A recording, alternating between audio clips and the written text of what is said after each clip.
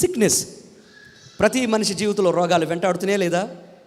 రోగాలు ఉన్నాయా లేదా? రోగాలు లేని వారు ఎవరైనా ఉన్నారా? ఎన్ని హాస్పిటల్ ఉన్నా సరిపోవట్లేదుగా, ఎన్ని హాస్పిటల్ ఉన్నా రోగులు కొదవలేదుగా. నా ప్రియ సహోదరి సహోదరులు, కొత్త కొత్త రోగాలు పుట్టుకొస్తూనే ఉన్నాయి. రోగాన్ని ఒకటి రూపుమాపాం, ఒకదానికి మనం జబ్బుకు మనం ఒక మందు కనుగొన్నాం అనుకునే లోపల 100 రోగాలు, కొత్త రోగాలు పుట్టుకొచ్చేస్తూ ఉన్నాయి. నా ప్రియ సహోదరి సహోదరులారా, ఈ లోకంలో ఎన్నో రోగాలు మనుషులను బలహీనపరుస్తూ ఉంటే, మరి బలహీనంగా ఉన్నవారు అంటారు, మా జీవితాల్లో మేము స్వస్థపడితే దేవుణ్ణి స్తుతించగలుగుతామని అంటారు. కానీ రోగాల్లో బాధల్లో ఉండగానే దేవుణ్ణి స్తుతించి పాడి భజించగలిగిన వారు ఉన్నారా?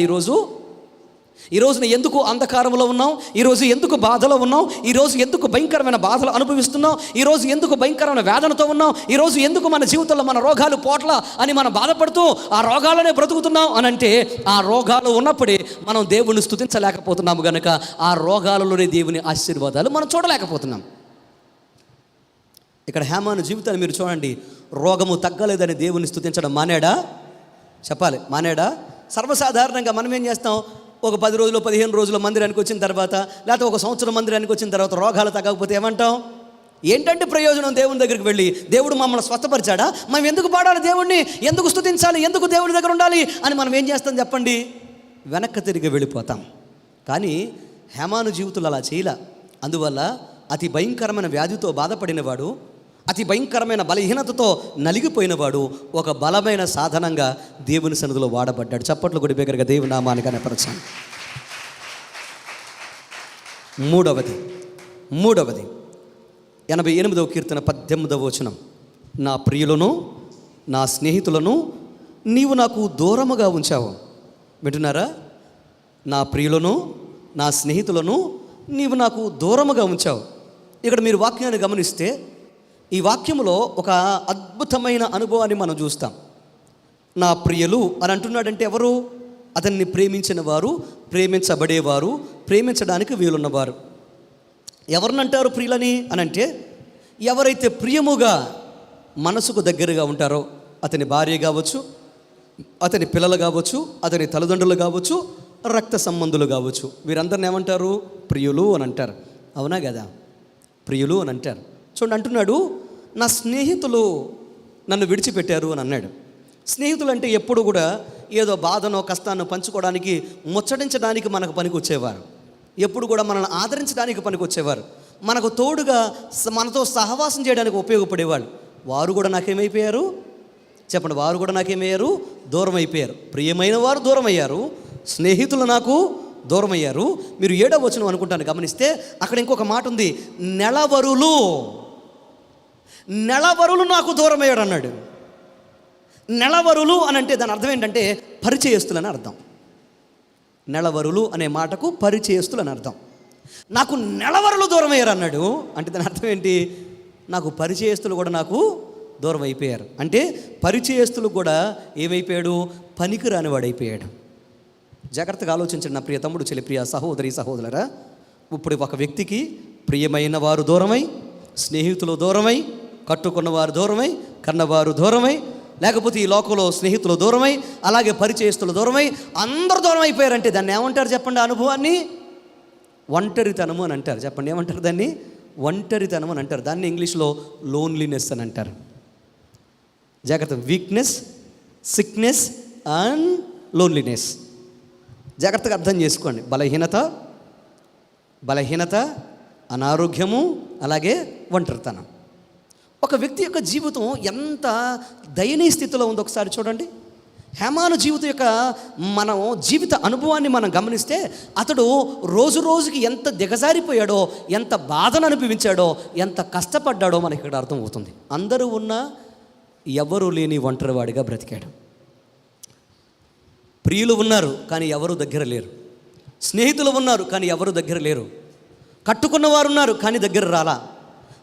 తన జీవితంలో తన యొక్క పరిచయస్తులు ఉన్నారు, ఎవరు దగ్గరికి రాలా, అందరూ దూరం అయిపోయారు. దేనికి అని అంటే అతని జీవితంలో ఉన్న బలహీనత, అతని రోగం అతనికి ఏం చేసింది తెలుసా? ఒంటరితనాన్ని మిగిల్చేసింది. ఎవరు దగ్గరికి వస్తే, ఎవరు ముట్టుకుంటే మాకు ఎక్కడ బలహీనత అంటుకుంటుందో అని అందరూ దూరం అయిపోయారు. అలా జీవితంలో ఒంటరి వాడైపోయి జీవితంలో ఏం చేయాలో అర్థం కాక తన బ్రతుకులో తన యొక్క జీవితాన్ని తనను తాను నిందించుకుంటూ తన బ్రతుకులో నాతో ఎవరు లేరు, నన్ను ఎవరు చేరదీరు అనుకుంటూ ఎంతో కృంగిపోయిన అనుభవాల్లో, ఎంతో నలిగిపోయిన అనుభవాల్లో తనకు పనికొచ్చిన ఒకే ఒక ఆధారం ఏంటో తెలుసా? అది అతను నమ్ముకున్న దేవుడు. దేవునికి స్తోత్రం కలుగునుగా. ఒకరోజు ఒక వ్యక్తి తన నీడతో ఇలా అన్నాడంట. ఏమనో తెలుసా? షాడో ఉంటుంది కదా, మనం నడుస్తూ ఉంటే మన యొక్క ప్రతిబింబమా దాన్ని ఏమంటారు, ఇలా ఛాయబడుతూ ఉంటుంది కదా, ఆ నీడతో మాట్లాడుతున్నాడు. బాగా కోపం వచ్చింది, కొంచెం బాధ అనిపించి అన్నాడు. ఏమనంటే, నీడా ఇక నువ్వు నన్ను వదిలిపెట్టవా? నేను పుట్టిన దగ్గర నుంచి, నాకు జ్ఞానం వచ్చిన దగ్గర నుంచి కనపడ్డాను, కానీ నేను గమనించాను, నువ్వు నన్ను పుట్టిన దగ్గర నుంచి నువ్వు నాతో ఉన్నావు.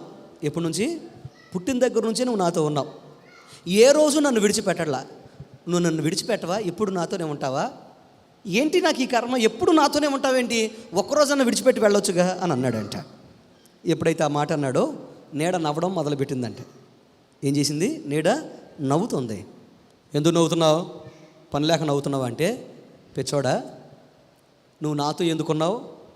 నన్ను వదిలిపెట్టి నువ్వు అంటున్నావు, కానీ నీకు తెలియని విషయం చెప్పనా? నీకు తెలియని ఒక సత్యం చెప్తాను విను. ఈ లోకంలో నిన్ను ఎవ్వరూ అంటి పెట్టుకొని శాశ్వతం ఎవరూ ఉండరు. ఈ లోకంలో పుట్టిన దగ్గర నుండి నువ్వు మరలా మట్టిలోనికి వెళ్ళేంత వరకు నీతో ఉండేది ఈ నీడ మాత్రమే, నేను మాత్రమే. నేను తప్ప నిన్ను అంటి పెట్టుకొని ఉండేవారు ఎవరు లేరు, ఉండరు. అది నీవు తెలిసిన రోజున నువ్వు నన్ను అసహించుకో అని అందంట. నా ప్రియ సహోదరి సహోదరులారా, ఈ లోకంలో మనతో శాశ్వతంగా ఉండేవారు ఎవరైనా ఉన్నారా? మనల్ని అంటిపెట్టుకొని వారు ఎవరైనా ఉన్నారా? కడ వరకు వచ్చేవారు ఎవరైనా ఉన్నారా? ఆ నలుగురు అని అంటారు కదా. ఏ నలుగురు? చివరికి మోసుకెళ్ళే నలుగురు అంటారు కదా. ఆ నలుగురు కూడా ఆ గొయ్యి దాకే వస్తారు తప్ప, ఆ గోతిలో నిన్ను పెట్టిన తర్వాత ఆ నలుగురు కూడా ఏమవుతారు? నిన్ను విడిచిపెట్టి వెళ్ళిపోతారు. కానీ ఆ నలుగురు కూడా నీ మరణముతో ఉంటారా? నీ మరణములో ఉంటారా? ఎవరు ఉండరు. అందుకోసమే మనిషి ఒంటరి. చెప్పండి ఈ మాట. మానవ జీవితం ఒంటరి జీవితం. ఈ మనిషి తన జీవితంలో ఒంటరిగా బ్రతకాలి, బ్రతికి తీరాలి. అందుకోసమే మనిషి తన జీవితంలో దిగంబరిగా ఈ లోకానికి వచ్చాడు. దిగంబరిగా ఈ లోకాన్ని విడిచిపెట్టి వెళ్ళిపోతాడు. అందుకోసమే ఒంటరి జీవితంలో శాశ్వతము మనకు తోడుగా ఉండేవారు ఎవరు? చెప్పండి, ఎవరు? కేవలము నిన్ను కొన్న నీ కోసం రక్తం కార్చి నిన్ను తన స్వరక్తం ఇచ్చి తన యొక్క రూపం ఇచ్చి నిన్ను కుమారుడుగా కుమార్తెగా మార్చుకున్న నా ప్రభువైన యేసుక్రీస్తు మాత్రమే. నమ్మిన వారు చేతులెత్తి బిగ్గరగా దేవునికి స్తోత్రం చెప్పండి. హల్లెలూయా. ఆయన తప్ప నీ జీవితంలో నీ ప్రియమైన వారు నీతో రారు, అంటి పెట్టుకోరు. నీ యొక్క స్నేహితులు నీతో రారు, నిన్ను అంటి పెట్టుకోరు. నీ నెలవరులు అంటే చెప్పండి, నీ పరిచయస్తులు నీతో రారు, నిన్ను అంటి పెట్టుకోరు. అందుకోసమే నా ప్రియ సహోదరి సహోదరులారా, ఈ రోజున దేవుని గనక నువ్వు అంటి పెట్టుకుంటే నీ జీవితం ఆనందంగా సంతోషమయంగా మారిపోతుంది. దేవునికి స్తోత్రం కలుగునుగా. ఒక సహోదరుడు ఉన్నాడు, ఆయన పేరు ధర్మారావు. తన భార్యను తీసుకుని ప్రార్థనకు వచ్చాడు. చాలా అప్పుల్లో ఉన్నప్పుడు, చాలా భయంకరమైన బంధకాల్లో ఉన్నప్పుడు, అవమానాల్లో ఉన్నప్పుడు మందిరానికి తీసుకొస్తే ప్రార్థన చేసిన తర్వాత అతడు మెల్లగా దేవుని మందిరానికి రావడం మొదలుపెట్టాడు. ఏంటంటే వాక్యం అతన్ని పట్టుకుంది. దేవుని వాక్యం అతని గుండెలను పట్టుకోవడం వల్ల, తాకడం వల్ల చాలా పెద్ద పెద్ద మందిరాలకు వెళ్ళాడు. చాలా ఊర్లు వెళ్ళాడు. నూజివీడులో ఎల్ఏఎఫ్ అని, అలాగే ఏలూరులో కొన్ని మందిరాలు తిరిగాడు. అన్ని తిరిగిన తర్వాత అలా తిరుగుతూ మన యొక్క సహవాసంలోనికి వచ్చిన తర్వాత వాక్యము మాట్లాడుతూ ఉంటే ఆ వాక్యం ఎక్కడో పట్టుకోవడాన్ని బట్టి ఏం చేశాడంటే మెల్లిగా దేవుని మందిరానికి అలవాటు పడ్డాడు. ఒకరోజు ఇది ఇంచుమించుగా ఒక 7-8 నెలలు అయినట్టుంది. ఈరోజు సాక్ష్యం చెప్తున్నాడు. ఏమనంటే ఆ యొక్క జీవితంలో జరిగిన అద్భుతాన్ని గురించి సాక్ష్యం చెప్తూ ఈ మాట అన్నాడు. ఆ రోజు నేను అందరితో ఈ మాట చెప్పాను. ఆ రోజు చెప్పిన మాట ఇప్పుడు గుర్తు చేస్తున్నా, నేను ఆ మాట మీకు చెప్తున్నాను. ఏమనంటే, మీ జీవితాల్లో ఏ కార్యాలు జరగలేదని మీరు అనుకుంటున్నారో వాక్యం చెప్పిన తర్వాత విశ్వాసంతో ఇది దేవుడు జరిగించాలి అని వ్రాయండి అని చెప్తే అతను కూడా రాసుకున్నాడంట. నాకు ఇది జరగాలి, ఇవి జరగాలని 3 విషయాలు రాశాడంట. 3 విషయాలు రాసుకున్న తర్వాత అనుకున్నాడంటే ఏమని తెలుసా, ఇలాంటి జీవితాలు ఎప్పుడు జరిగానో అసలు జరుగుతాయా అని తన యొక్క జీవితంలో రాశాడు కానీ అనుమానపడ్డాడంట. వ్రాసిన ఏంటి? మొట్టమొదటి ఒకటి, అప్పులు తీరిపోవాలి. ఏంటిది? అప్పులు తీరిపోవాలి. మొట్టమొదటిది. చాలా అప్పుల్లో ఉన్నాడు అతను, చాలా భయంకరమైన అప్పులు. రెండవది ఏంటి తెలుసా అతను రాసింది? ఒకటి, అప్పులు తీరాలి. రెండు, నాకు కారు కావాలి. ఏమని రాశాడు? కారు కావాలి. మూడోది, నా పిల్లలిద్దరికి సీట్లు రావాలి. ఇద్దరు పిల్లలకి ఏం కావాలి? సీట్లు కావాలి. రాసి పెట్టుకున్నాడు. ప్రార్థన చేస్తున్నాం. ఆ పేర్లు రాసిన, ఆ యొక్క విషయాలు రాసిన తర్వాత నెల తిరగకుండానే ఇద్దరు పిల్లలకి చక్కని సీట్లు వచ్చేసినాయి, ఫ్రీ సీట్లు. దేవునికి స్తోత్రం కలుగునుగా. ఆ అద్భుతం చూశాడు. రెండవది మీరు గమనించండి, ఇంకా అది రాసిన తర్వాత, ఆ కార్యం జరిగిన తర్వాత ఇంకా దిగజారిపోయింది అతని పరిస్థితి. ఆ తర్వాత కొన్ని సందర్భాల్లో ఆత్మహత్య చేసుకోవడానికి కూడా ప్రయత్నం చేశాడు. ఇక బ్రతకలేక, అప్పులు ఎక్కువైపోయిన తర్వాత, అవమానాలు ఎక్కువైపోయిన తర్వాత, వడ్డీలు కట్టలేక చాలా హీనమైన స్థితికి దిగజారిపోయిన తర్వాత ఆత్మహత్య చేసుకునే ప్రయత్నం చేశాడు. చివరిలో ఎందుకో వాళ్ళ చిన్నవాడిని చూడాలనిపించి ఆ చిన్నవాడు ఉన్న హాస్టల్కి వెళ్ళి ఆ చిన్నవాడిని చూస్తే ఆ చిన్నవాడు వెంటనే తన బట్టల బ్యాగ్లో పెట్టుకుని, పద మనం ఇక్కడ ఉండకూడదని చెప్పి వెంటనే బ్యాగ్ తీసుకొని తన యొక్క తండ్రిని తీసుకొని ఇంటికి వస్తూ ఎవరితో మనం మాట్లాడొద్దు అని నాకు ఫోన్ చేశాడు. మా నాన్న పరిస్థితి ఇలా ఉందండి అని. నేను ధైర్యపరిచి, కంగారు పడుకు, ప్రార్థన చేస్తే దేవుడు అన్నీ అద్భుతం చేస్తాడు, నీ జీవితంలో ఖచ్చితంగా దేవుడు కార్యం చేస్తాడు అని చెప్పిన తర్వాత ఇంటికి వచ్చాడు. ఆ తర్వాత దేవుడికి అద్భుతం చేశాడండి.